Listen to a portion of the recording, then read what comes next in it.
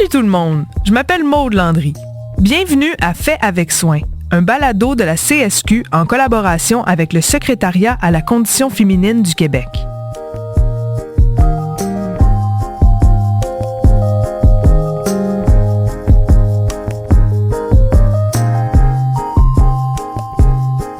Salut tout le monde et bienvenue à Fait avec soin. Ici, on parle d'un enjeu important de société. Pas du débat sur la meilleure saveur de chips, même si on sait tous que c'est ketchup, mais de l'importance des métiers du prendre soin et de l'accompagnement, ces travailleuses et travailleurs qui tiennent notre quotidien à bout de bras. Je m'appelle Camille Robert, je suis historienne, chargée de cours à l'Université du Québec à Montréal, puis chercheuse postdoctorale à l'Université Concordia. Les emplois du CARE, ils sont généralement assez flous, puis les définitions varient d'une personne à l'autre, mais on peut parler, en fait, il s'agit généralement de tous les emplois qui impliquent une dimension de soins, d'attention, de soutien, puis d'accompagnement envers d'autres personnes. On peut penser aux emplois de travailleuses sociales, d'enseignantes, d'éducatrices à l'enfance, d'infirmières, de préposées aux bénéficiaires. C'est d'elles qu'on va parler, de toutes celles et ceux qui travaillent à prendre soin de notre monde et à les accompagner tout au long de leur vie. Vous savez, ces jobs souvent vus comme des vocations. C'est drôle, hein? On dit jamais que les banquiers ont la vocation. Pourtant, eux autres aussi gèrent des crises. Sauf qu'eux autres, leurs crises viennent avec des bonus de performance. On dit souvent que comprendre d'où on vient aide à mieux comprendre où on s'en va. Aujourd'hui, on va s'intéresser à l'histoire de ces métiers du prendre soin et de l'accompagnement qui sont occupés en grande partie par des femmes. On commence avec un petit retour en arrière dans les années 1960. À l'époque, on apprenait aux femmes à être de bonnes épouses et ça se faisait à l'aide d'un manuel d'économie domestique. On vous lira pas l'entièreté du manuel, mais juste un petit extrait. Laissez-le parler d'abord. Souvenez-vous que ces sujets de conversation sont plus importants que les vôtres. Faites en sorte que la soirée lui appartienne. À l'époque, les hommes allaient travailler à l'usine, puis les femmes, elles, éduquaient les enfants, puis soignaient la famille. Faites-vous le lien avec les emplois du prendre soin et de l'accompagnement? Le travail à l'usine, c'est plus important que prendre soin des enfants et de la famille. C'est ça qui est sous-entendu dans cette phrase du manuel d'économie domestique.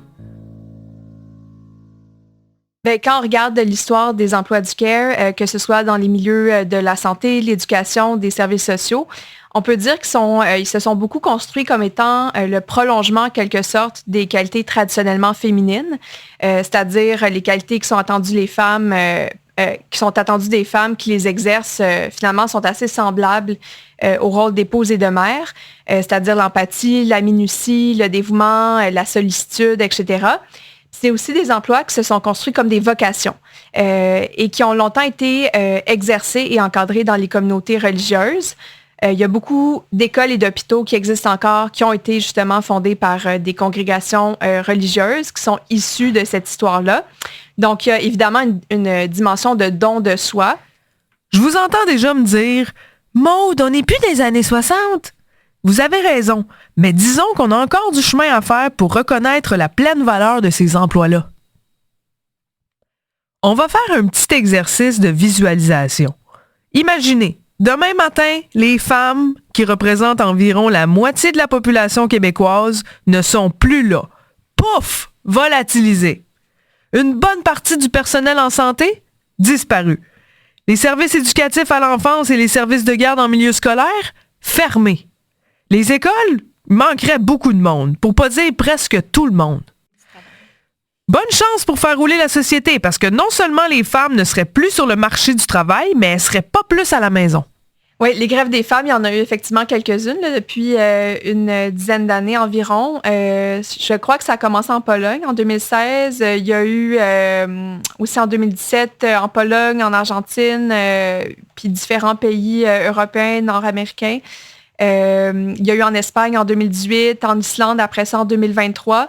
Donc, toutes ces grèves-là, je crois, ont permis de montrer qu'est-ce qui unissait les femmes à quelque part, puis le travail invisible, le travail de care, d'après moi, est justement un élément assez important qui est commun à l'expérience de beaucoup de femmes. C'est-à-dire que peu importe notre position sociale, peu importe l'emploi qu'on occupe, cette assignation des femmes au travail invisible est quand même une constante assez importante.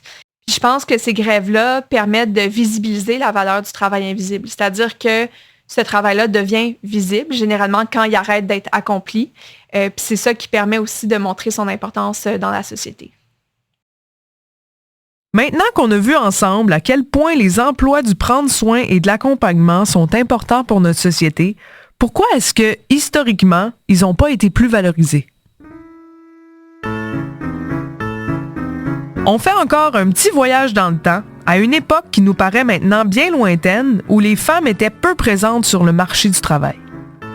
Elles pouvaient travailler, mais quand on s'intéresse aux conditions des institutrices du début du siècle dernier, elles devaient être célibataires pour conserver leur emploi. Pensez à Émilie Bordelot dans Les Filles de Caleb. Fallait en plus qu'elles entretiennent l'école de rang. Plus tard, elles pouvaient être en couple, mais fallait qu'elles quittent leur emploi dès qu'elles tombent enceintes.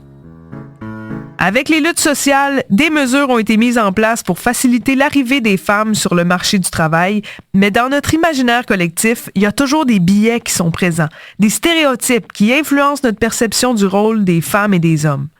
Camille Robert nous parle justement du caractère historique de la sous-valorisation des emplois des femmes. Quand on regarde l'histoire des emplois du CARE, c'est sûr qu'il y a tout un poids historique à cette dévalorisation. C'est-à-dire que depuis l'émergence de ces emplois, ils sont restés peu valorisés, moins bien rémunérés, moins reconnus que les emplois traditionnellement masculins. Faut dire aussi que jusqu'aux années 70 et 80, le salaire des femmes a souvent été perçu comme un revenu d'appoint, donc un deuxième salaire.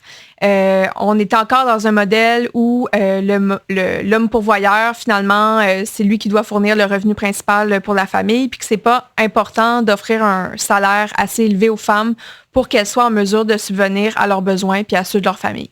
Alors qu'à l'époque, pourtant, on voit quand même de plus en plus de divorces, de plus en plus de familles monoparentales avec des femmes comme responsables. Donc, finalement, c'est à quelque part un déni de la volonté, du besoin des femmes d'avoir accès à un salaire qui est suffisant.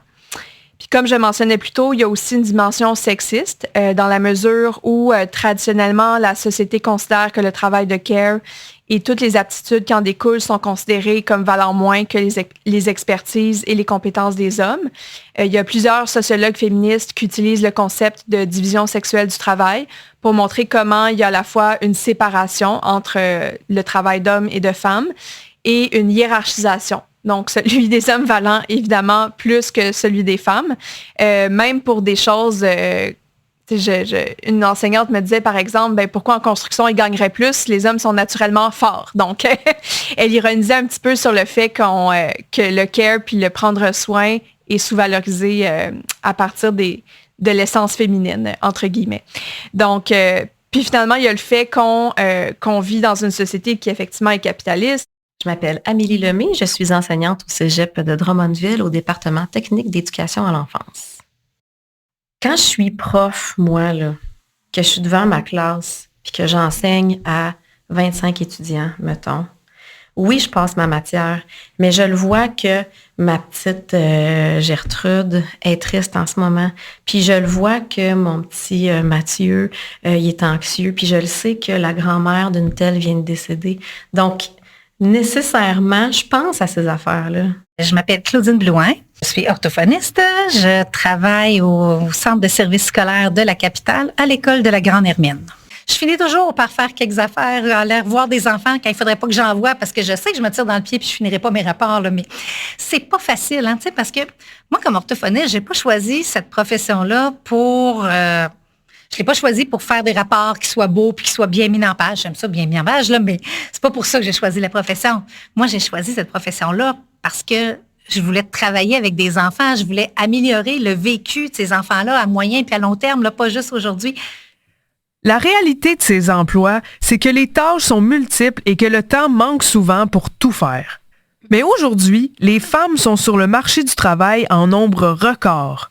Au Québec, on a mis en place des mesures pour faciliter leur participation. Par exemple, des congés parentaux, un service éducatif à l'enfance. Mais bizarrement, on n'a pas pensé à augmenter le salaire et améliorer les conditions des emplois féminins. C'est important de tenir compte du fait qu'au sein même des emplois du CARE, il y a des processus de hiérarchisation aussi entre femmes qui sont en train de se dérouler.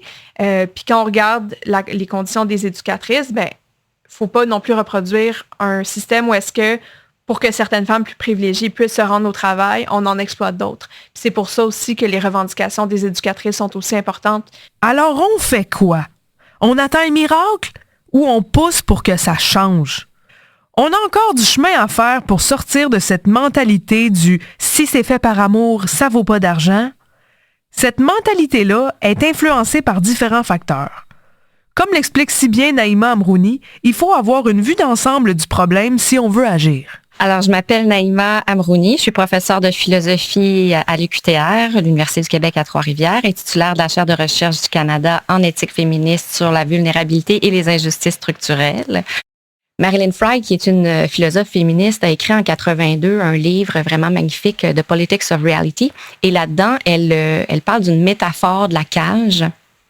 Elle utilise cette métaphore de la cage pour montrer que les femmes sont en quelque sorte prises dans cette cage-là, un peu comme un oiseau.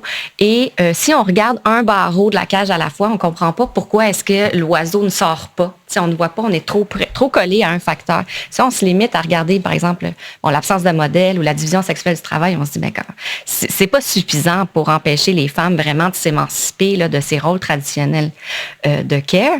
Mais si on comprend qu'en fait, chacun de ces facteurs-là, comme les barreaux d'une cage,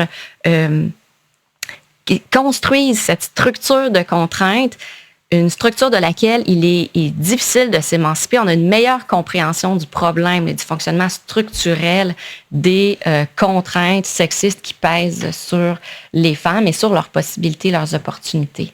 C'est à ça que je vous propose de travailler tout au long des épisodes, à brosser un portrait des différents barreaux de cette cage et son effet d'ensemble sur les emplois occupés par des femmes. Merci d'avoir été avec nous pour ce premier épisode de Fait avec soin. Dans le prochain épisode, on s'intéresse à la socialisation différenciée et à la division sexuelle du travail. Vous allez voir comment, dès l'enfance, on contribue à cette sous-valorisation des emplois du prendre soin et de l'accompagnement.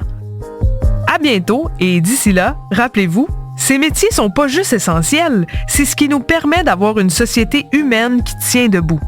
Parce qu'un monde sans les métiers du prendre soin et de l'accompagnement, c'est comme une poutine sans fromage. Un monde frit de sauce. Et honnêtement, on veut pas vivre là-dedans.